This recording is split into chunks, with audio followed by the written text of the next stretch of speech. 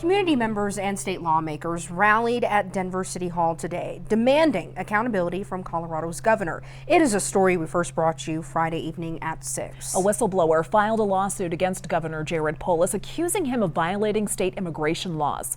Denver 7's Brandon Richard is following up tonight by listening to community concerns and digging into how Polis is responding to the accusations.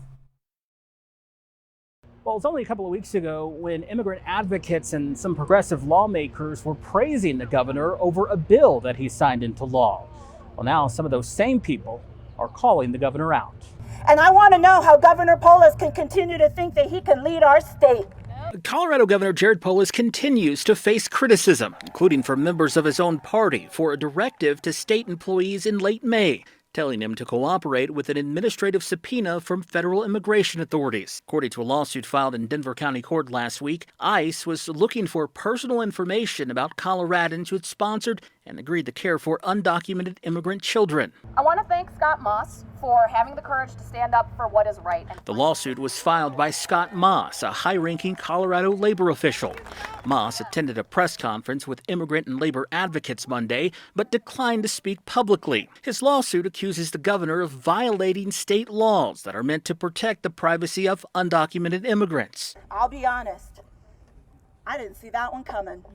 State Senator Julie Gonzalez, who sponsored the privacy bills, said Polis had broken the trust of Colorado civil servants and the immigrant community.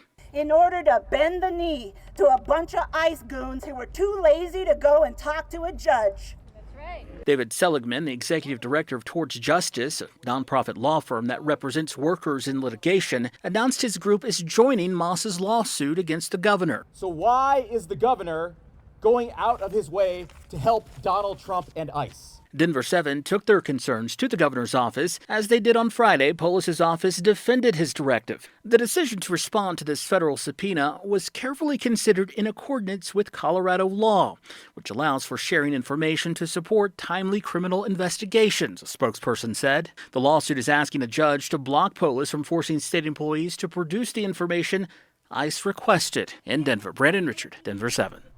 And Brandon will continue to closely cover Colorado politics and hold state leaders accountable. If you have a political story you'd like him to look into, you can connect with him by scanning the QR code on your screen or emailing him at brandon.richard@denver7.com.